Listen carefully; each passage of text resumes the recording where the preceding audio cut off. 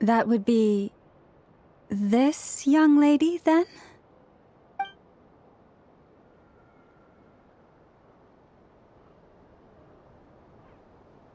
Hey there! Sorry to disturb you, but... are you Miss Nicole? Varka, Knight of Boreas of the Knights of Favonius. Alice might have mentioned me before. Mm-mm. Ah! Have we got the wrong person? Sorry. Well, this is awkward. When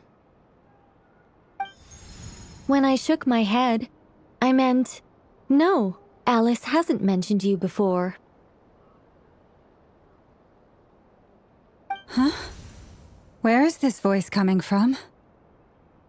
My apologies. For certain reasons, I am unable to speak. This is the only way I can communicate with you.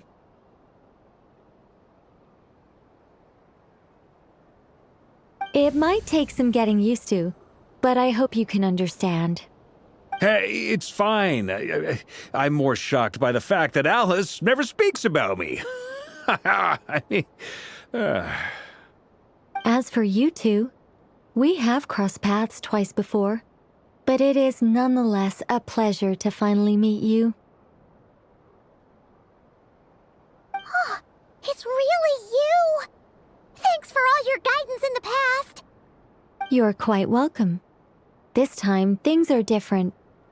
We have reached the unwritten pages of the story. You might say that we stand at the crossroads of fate.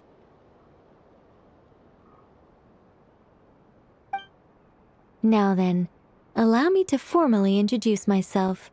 My name is...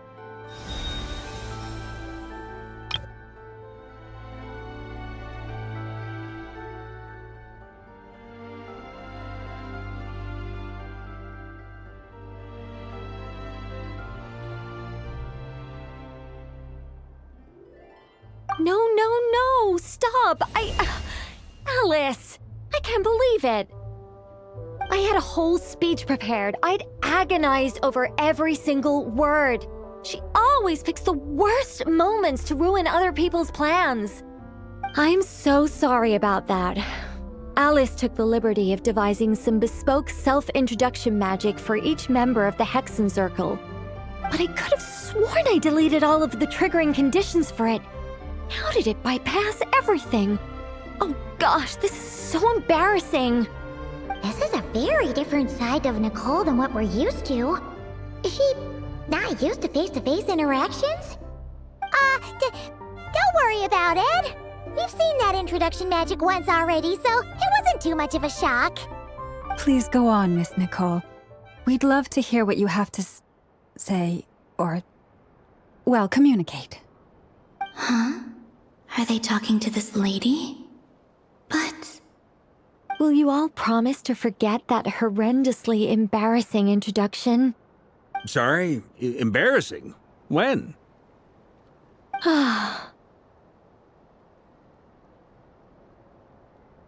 Yes, my name is Nicole, and I am one of a very few angels who have retained both their preferred form and their power. The Traveler and Paimon should be no strangers to this concept.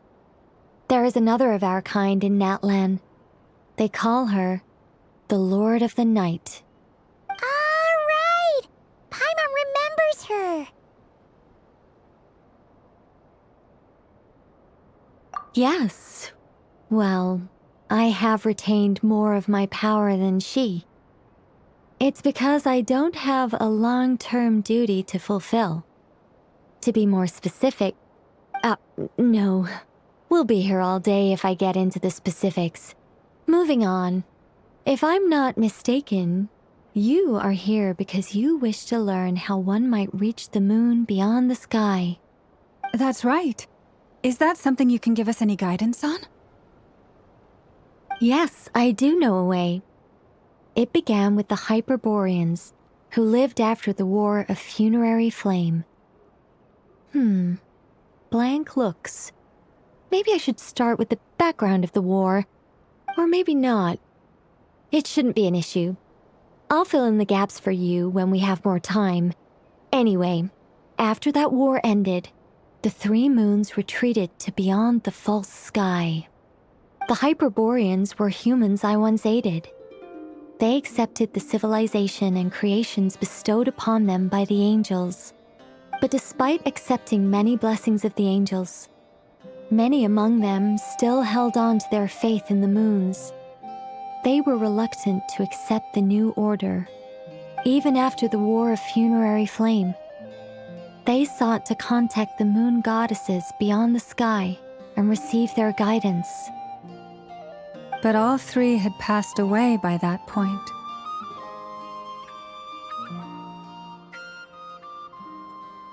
This mage has a unique method of communicating. Is she talking about the moons? Yes, but they did not know. And so, still they prayed for the moon goddess's mercy. After building titanic structures that consumed vast amounts of Kuvaki, at last they glimpsed the moons and heard their voices. But of course, they were gravely disappointed, for it was then that they realized the three moon goddesses were dead. Oh, that's such a sad story. It is. Humanity was in a very sorry state at that time. The angels who had once aided them were gone, and the War of Funerary Flames had left them homeless and destitute. Just a second, I gotta ask. How relevant is all this history to the task at hand? Well, I mean, it's... Okay, it seems we've drifted into irrelevant narrative waters. It's been a while since I've had the chance to speak inside someone's head. As soon as I got started, I lost control and the words just flowed out like a waterfall. What I'm trying to say is... Right, yes, that's it. The relevant part is the ritual created by the Hyperboreans. The fact that they bypassed the false sky and saw the true moons implies that they successfully built a connection between Teyvat and the outside world. Which means, with enough Kuvaki and a sufficiently stable connection, it should be feasible to send one person over the border.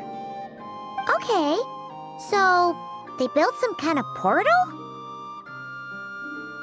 Oh, yes. A portal. Yes. Is something wrong? You sound disappointed. I just didn't expect you to summarize it so well. It turns out I could have said all that in one word, if only I'd managed to think of it. No, please, it's fine. This is invaluable knowledge. I'll be sure to record and preserve everything in writing. Oh, really? Well, in that case, I suppose I could backtrack and add some more detail. I did gloss over a few things so far. Whoa, time out. Let's summarize what we've got first.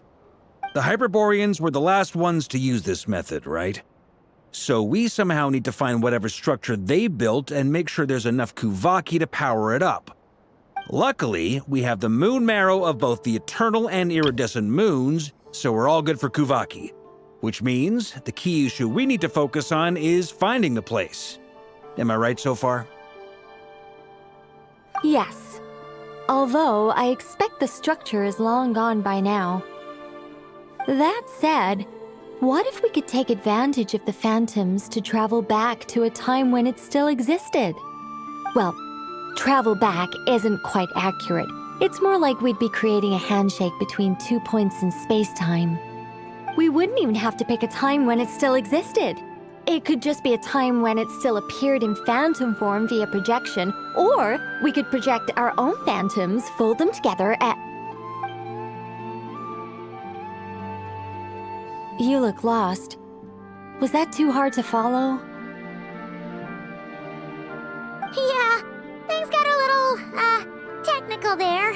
Paimon's brain is reaching capacity. All right. Let me think about how to put this more simply. Okay, got it. Over the next few days, I'll search for phantoms that we can use. Once I find one that meets the criteria, I'll let you know and we'll regroup. By completing certain rituals, specific individuals will be able to enter the Phantom and make it to the Hyperborean structure. If everything checks out and it looks feasible, we'll just need to wait for Moon Prayer Night, and we can send the Moon Goddess back home. I'm really skimping on the detail here. Is this making any sense at all? I think so. For now, we'll just wait to hear from you. Yes. Basically, yes. Great. Counting on you. In the meantime, we'll focus on finding the Moon Goddess's name. My name? Are they looking for a way to stop me from disappearing? Excuse me, Miss... Go on, Miss Nicole. This conversation was a little all over the place. I didn't catch your name. I am Lauma, of the Frost Moon Scions. Ah, I did wonder. I noticed that you listened very intently when I spoke about Hyperborea and the moon's history. If you'd be interested, I'd love to visit you this evening and go through it again in greater detail. Also, if you were serious about making a record, it would be too risky to simply write down the raw details as is. I would suggest some tweaks. Maybe rewrite the stories as fairy tales or fables, perhaps even prayers. Anyway, we can cross that bridge when we come to it. So, see you later then? Oh, and no need to prepare anything. Just a cup of tea will do. See ya! She seems friendly. It's just...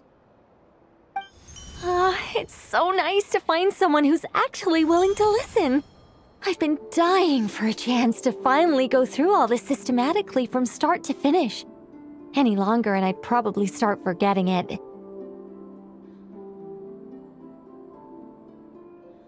Now Paimon gets why Alice told us to mind our heads. Ha ha ha ha! What did I tell you? A lot of quirky people in Alice's orbit. Now then, the next order of business is, where do we start looking for the Moon Goddess's name? Maybe the rest of what Nicole has to say might give us some clues. Once I've heard her out, I'll summarize the salient points and share them with you all. I'm also inclined to review our other documents. Yes, our faith was first established by our Hyperborean ancestors, but many of the more factually accurate records are from after Kutar's birth. Sounds like we're gonna follow Columbina's journey through Devat, huh? In that case, we'll start by heading to the Frost Moon Enclave. Sounds like a plan. Take this with you. I'll see about getting in touch with the Fatui. It'll probably just be Arlecchino and Sandrone again. They're the only ones who would want to help. Thank you, Mr. Varka. Ha ha ha ha! Don't mention it. Honestly, I'm more comfortable dealing with the Fatui than prying into the details of a young lady's childhood. Catch you later. I should follow them, just in case there's some way that I can help.